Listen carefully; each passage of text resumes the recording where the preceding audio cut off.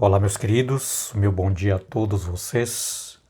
Que a graça e a paz do Senhor Jesus, o amor do nosso Deus e a comunhão do Santo Espírito esteja conosco. Sejam muito bem-vindos nesta manhã, essa manhã de domingo, na nossa sala. Nesse momento, nós mais uma vez vamos ao estudo da nossa lição. Quero dizer para você que a nossa lição de hoje está espetacular, uma lição muito importante. E gostaria muito que você participasse através do estudo da sua lição, através dos vídeos, e também vamos compartilhar, ajudando outros irmãos, outras pessoas também a conhecer essas tão belas verdades que nós estamos conhecendo durante o estudo desse trimestre. Tá? Nossa lição de hoje é a ferida mortal. Tá? Eu quero neste momento fazer uma oração com vocês, pedindo a Deus a bênção para o conhecimento que nós vamos aprendermos através da sua palavra neste momento. Na medida do possível, feche seus olhos e vamos falar com Deus. Querido e altíssimo Deus, nosso Pai Celestial, nesta manhã, Senhor, mais uma vez estamos nesta sala, onde nós somos agraciados com a esperança da Tua palavra. Pedimos a Tua bênção para que nós possamos conhecer a Tua verdade, porque o Senhor tem uma verdade absoluta para apresentar ao Teu povo nesses últimos dias. Pai querido, abençoe a todos os ouvintes desta sala, de uma forma especial, que o nosso aprendizado seja enriquecido pelo Teu bom Espírito. Fique conosco, abençoe cada família representada, daqueles que estão participando desses vídeos. Em nome de Jesus oramos. Amém. Queridos, a ferida mortal.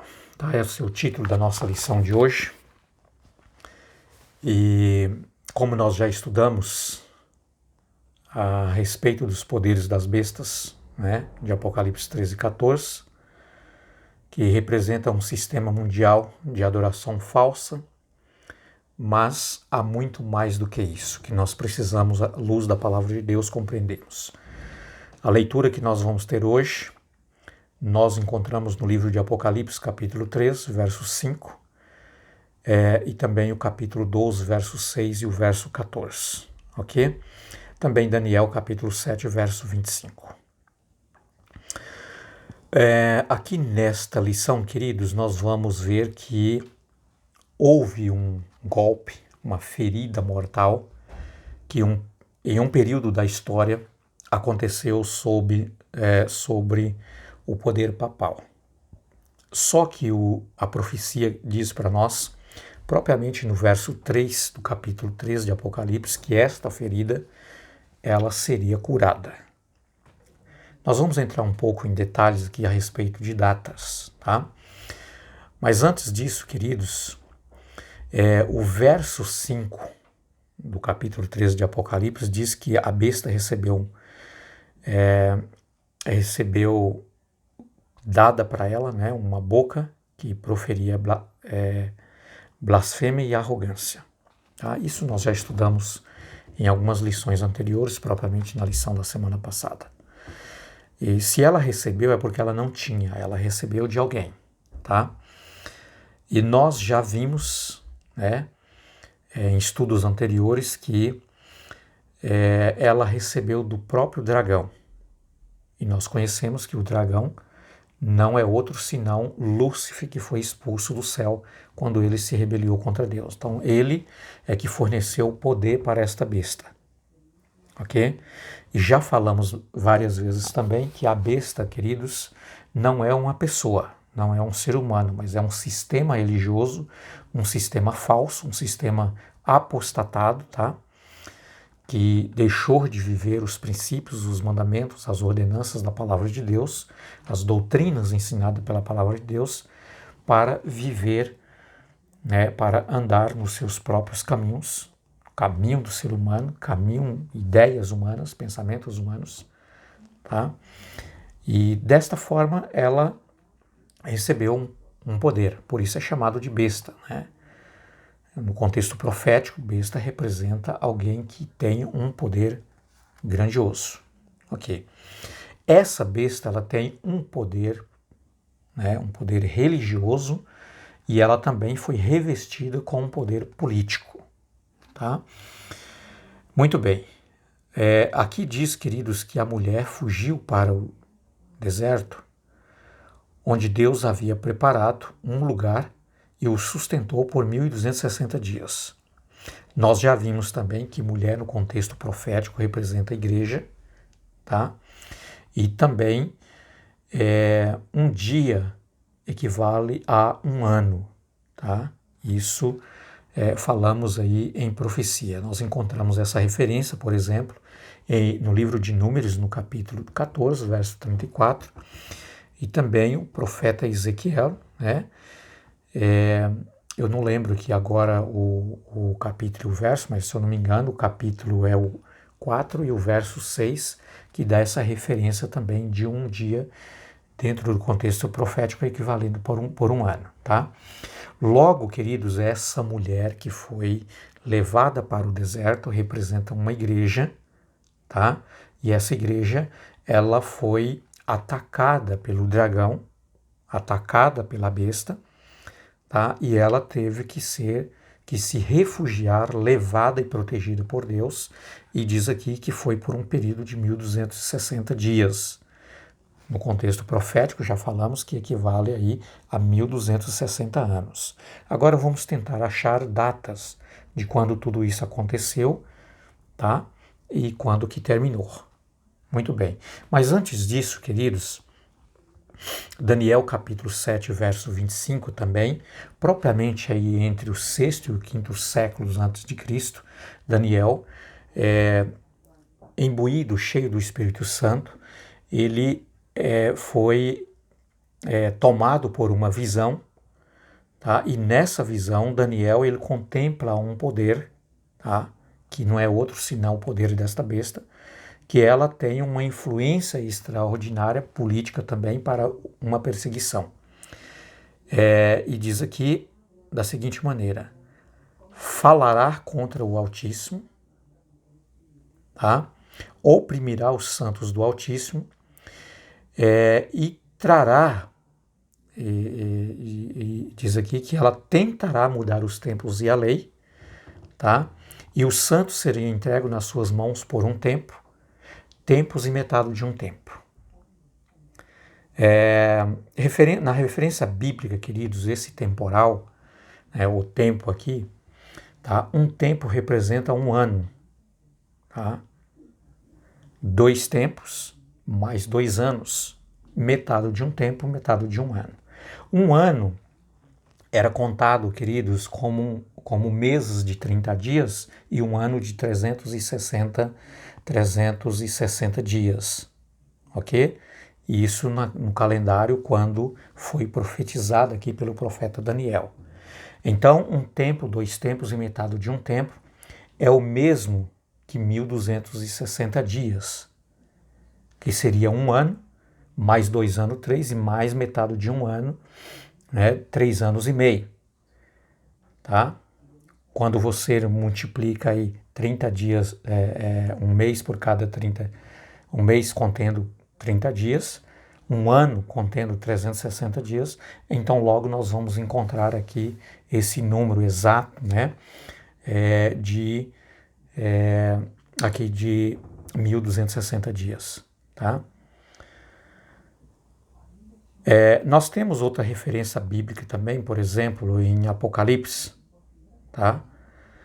E eu não lembro aqui o verso com propriedade, onde o apóstolo João fala que Deus o sustentou também, né, essa mulher, a igreja, por 42 meses. Aí você multiplica 42 meses, tá, por 30 dias cada mês, nós vamos encontrar também os mesmos 260 dias. Muito bem. Então aqui nós já temos uma base, querido, de que esse sistema religioso, tá, coberto também por um poder político, aí foi reforçado o seu poder, ela teria essa autorização, né, para elaborar as suas próprias leis em vez da lei de Deus, porque ela mudou, como diz o profeta Daniel, as leis e os tempos, né?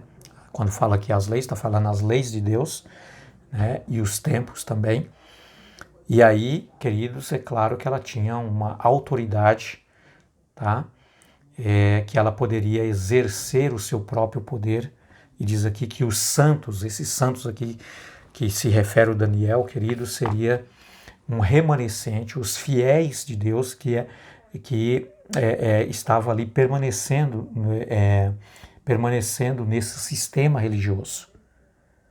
Tá? Embora ela havia apostatado, mas ali Deus tinha o seu povo, como ele tem hoje em todas as religiões. Deus tem um remanescente hoje. Tá? Então todas as religiões que você possa imaginar aí, hoje só no cristianismo, por exemplo, há uma divisão de mais de 40 mil religiões, só dentro do cristianismo. Né? E no mundo hoje há 9 grandes religiões. Tá? Espiritismo, budismo, cristianismo, judaísmo, islamismo, enfim. E daí vai por diante. E cada uma dessas religiões, elas têm aí a sua ramajos, as suas ramificações, tá? De divisões. Então são enorme a quantia de religiões. Mas eu quero dizer para você que em todas as religiões, Deus tem um povo. Isso está claro em Apocalipse capítulo 18, verso 4, e como também em João capítulo 10, verso 10. O próprio Jesus disse, eu tenho um outro povo, outras ovelhas que estão em outros apriscos, que estão em outros lugares, mas elas ouvirão a minha voz, a voz do pastor, e elas me seguirão. Então, Deus tem um povo em todos os lugares. É óbvio que esses seus filhos, esse seu povo, ouvirão a voz de Cristo Jesus, do bom pastor, e elas vão se retirando, saindo e seguindo a Cristo Jesus, o bom pastor. Ok? Agora, queridos, alguns detalhes aqui, por exemplo, nós vamos propriamente ver aqui o cumprimento desta profecia de Daniel 7, verso 25, em que o povo de Deus, os filhos de Deus considerados como santos, seria entregue nas suas mãos por um tempo, tempos e metades de um tempo, ou seja, 1260 anos. Quando foi que começou? Queridos, o cristianismo desde a igreja primitiva, né, quando Cristo Jesus, nosso Senhor, aqui esteve, ele deu ordem para os seus discípulos, assim que ele estava subindo para o céu, dizendo, ide por todo o mundo, pregai o evangelho em todas as nações, todo o povo, batizando-os em nome do Pai, do Filho e do Espírito Santo. Então a igreja, ela avançou muito, ela cresceu muito, tá? Porque os apóstolos de Jesus envolveu completamente nesta obra, nesta ordenação dada pelo Senhor Jesus, tá? De tal maneira que o povo de Deus aguardava a segunda vinda de Jesus ainda naquela geração, propriamente ali no primeiro século ainda. Era aguardado a segunda vinda de Jesus. E nós estamos esperando até hoje, estamos aí já no século 21, mas Jesus, se Deus quiser, voltará na nossa geração. Tá? Nós estamos aí inseridos no cumprimento de todas as profecias. Tá? Então, meus amados, Jesus não voltou no primeiro século. E aqueles nossos irmãos da igreja primitiva, continuou trabalhando, mas só que aí as trevas do paganismo começou a se envolver com o cristianismo. Tá? E já no terceiro século, já estava muito longe daquilo que Jesus foi ensinado. Por exemplo, Constantino, que era um imperador romano muito influente naquela época, tá? Ele, influenciado pelo cristianismo, achou tão importante que ele decidiu a se converter ao cristianismo. É óbvio que não foi uma conversão genuína, profunda, no íntimo do seu coração, que a igreja que antes era muito perseguida, agora ele próprio, como imperador romano e mais cristão, ele começou a abrir o leque para uma liberdade enorme. E nessa liberdade, ele foi dada a oportunidade, tá, para que a igreja pudesse agora unificar, entendeu? O cristianismo, com o império. A igreja teve muitas oportunidades. E desta maneira, queridos, né, o paganismo começou a se envolver muito forte, tá, com o cristianismo. E foi aí que começou, então, a igreja desviar do foco. Ela passa, né, dos ensinamentos de Cristo Jesus, dos apóstolos de Cristo, para o romanismo. Tá? Então Jesus começa agora a ser deixado de lado, desaparecer. Os princípios ensinados por Cristo Jesus agora vai deixando para trás e vão ali aderindo, né, coisas do pagão, ensinamentos do paganismo. Tá? E a igreja foi adquirindo cada vez mais poder político também. Tá? Só que aí pelo o quinto século aproximadamente, queridos, a igreja já coberta por um poder muito grande político, né? E propriamente nesta ocasião, quando Justiniano era o imperador romano, tá? Ele decretou, né, que a igreja teria um poder muito grande político, tá? E a igreja ela poderia, por obrigação, obrigar todas as pessoas a se tornar cristãos. Então, o amor de Cristo Jesus desapareceu. As pessoas não tinham mais o amor de Cristo. Agora era obrigado você ser um cristão. Não por sua própria decisão, mas por obrigação. Tá? E aí foi feito muitas mudanças.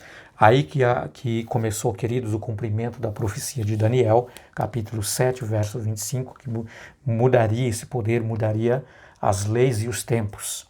Então, muitas coisas, queridos, foram mudadas.